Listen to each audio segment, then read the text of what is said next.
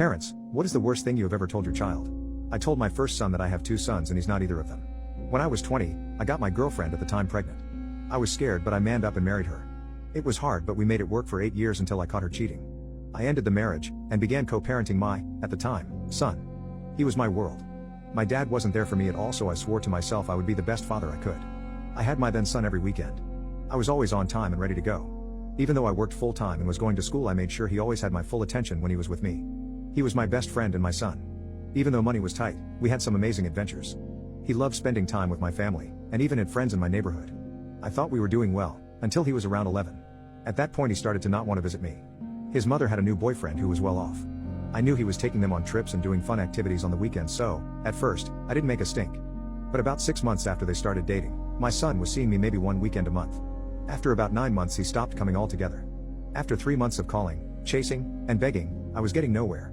So my family came together and hired a lawyer to sue my ex for parental alienation. I lost, and was ordered to pay more child support. As I was leaving the courtroom, my ex's lawyer approached me and offered to cancel child support if I gave up my paternal rights. I flat refused until the lawyer said this was both my ex-wife's and my then son's wishes. I asked to speak to my son alone and they agreed as long as both lawyers were in the room. I spoke to my son and asked him if he really wanted me to give up my rights, and he said yeah. I explained that it would mean I wouldn't be his dad and he couldn't come visit me or my family anymore. He looked me dead in the eyes, like he was asking the time, and said, "Yeah, so?" I was shattered. I asked again if he really understood what he was saying, and he said yes, he wanted to be my ex's boyfriend's son. I signed the papers that day. From that day until 2 days ago he never spoke or contacted me, or any of my family. It literally almost killed me. I started to drink, and stayed drunk for weeks. Finally, one day, I drank until I passed out and aspirated my own vomit.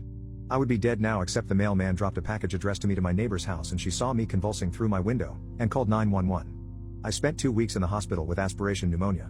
After that I moved back to my hometown, got a new job, hit the gym, and spent 4 years in intense psychotherapy. I was finally able to let it all go, and move on with my life. About 6 years after my move,